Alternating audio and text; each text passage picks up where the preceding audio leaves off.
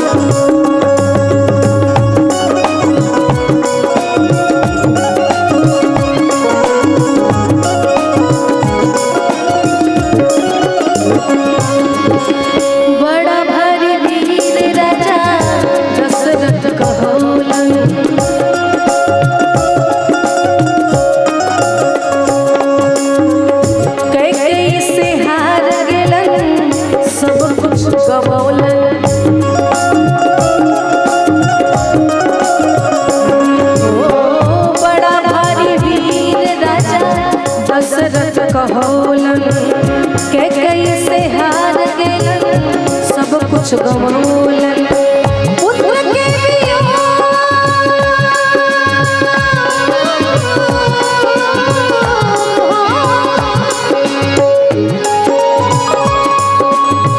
पुत्र के वियोग गेलन अवध उजाड़ के हो वही लाचार सब घर में हार के हो वही लाचार सब घर में हार के।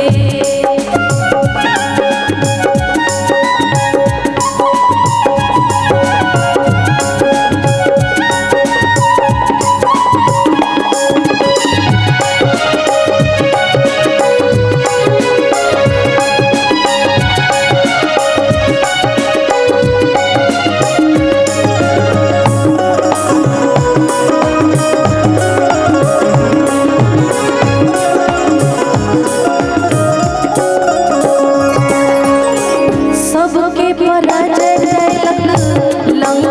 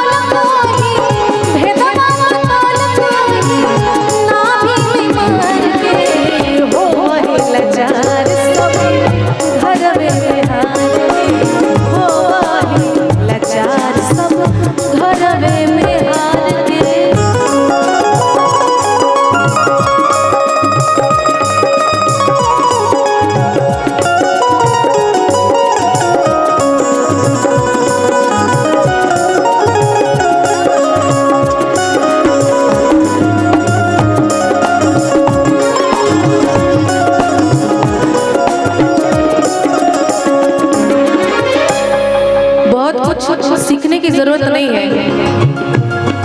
बहुत कुछ एक्सपेरिमेंट करने की जरूरत नहीं है। आप इतिहास उठा के देख लीजिए, आपको बहुत कुछ सीखने को मिल जाएगा। करे हिरना कुसलापन बल के बड़ाई,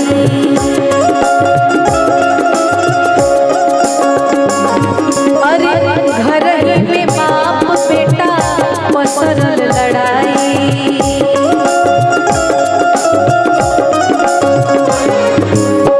करे हिरना कुसलापन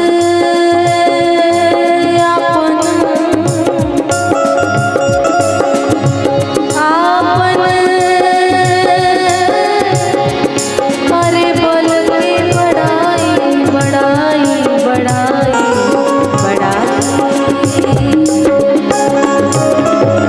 करे हिरना कुसलापन बल के बड़ाई, घर ही में बाप बेटा पसरल लड़ाई। ओ करो तो फिर मरन हो, ओ करो तो फिर मरन, ओ करो तो फिर मरन, नख से बिदार के ओ वही लाचार सब घर में हार के, ओ वही लाचार सब घर में हार के।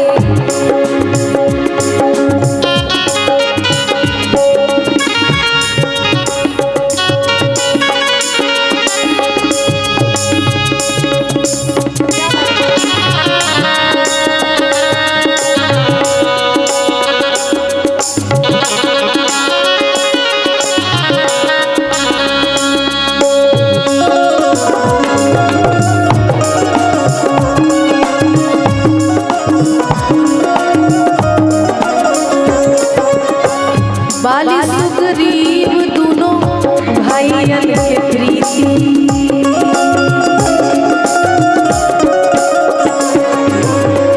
घर ही के फेर कैलक बालू के भीति,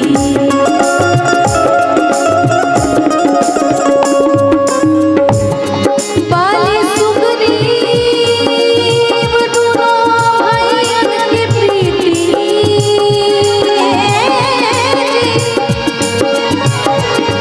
अरे घर ही के भेद कैलक बालू के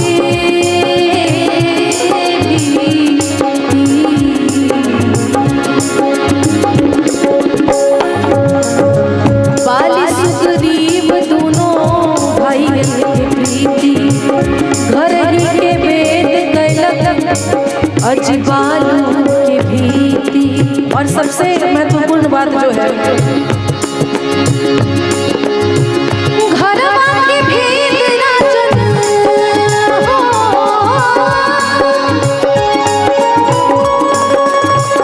घरवा के भेद राजन, घरवा के भेद राजन, रखी हा संभाल के, ओ वही लाचार सब घर में हार के, ओ वही लाचार सब घर में हार के।